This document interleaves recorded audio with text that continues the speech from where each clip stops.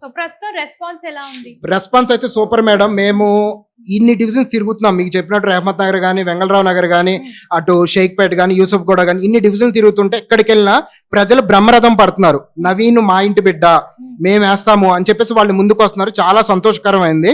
So ప్రతిపక్షాలు ఎన్ని కుట్రలు చేసినా ఏదైనా నవీన్ అన్న గెలుపు అనేది ఖాయం. సో మెజారిటీ ఎంత అనేది చూసుకోవాలి మేడం. ఓకే, సో కొన్ని వీడియోస్ అయితే హల్చల్ చేస్తున్నాయి కదా ప్రతిపక్షాల తరపున. కొంతమంది ఇంట్లోకి వెళ్ళి పాంప్లెట్స్ ఇస్తున్నప్పుడు కొన్ని అంటే వ్యతిరేకత అనేది వీడియోస్ లో ఎక్కువ ఇది చేస్తున్నారు, promote మీరు చేస్తున్నారు. మీరు అలా చెప్తున్నారు. మరి పాడి కౌశిక్ రెడ్డి ఒక దగ్గరికి వెళ్ళినప్పుడు జై నవీన్ అన్న అని చెప్పేసి, ఇంకోటి ఒక కిరాణా షాప్కి వెళ్ళినప్పుడు నవీన్ అన్న యువకుడు మీలాగా యువకుడికి సపోర్ట్ చేయమని చెప్పేసి కూడా అన్నారు. ఇది టూ వే చూడాలి మీరు.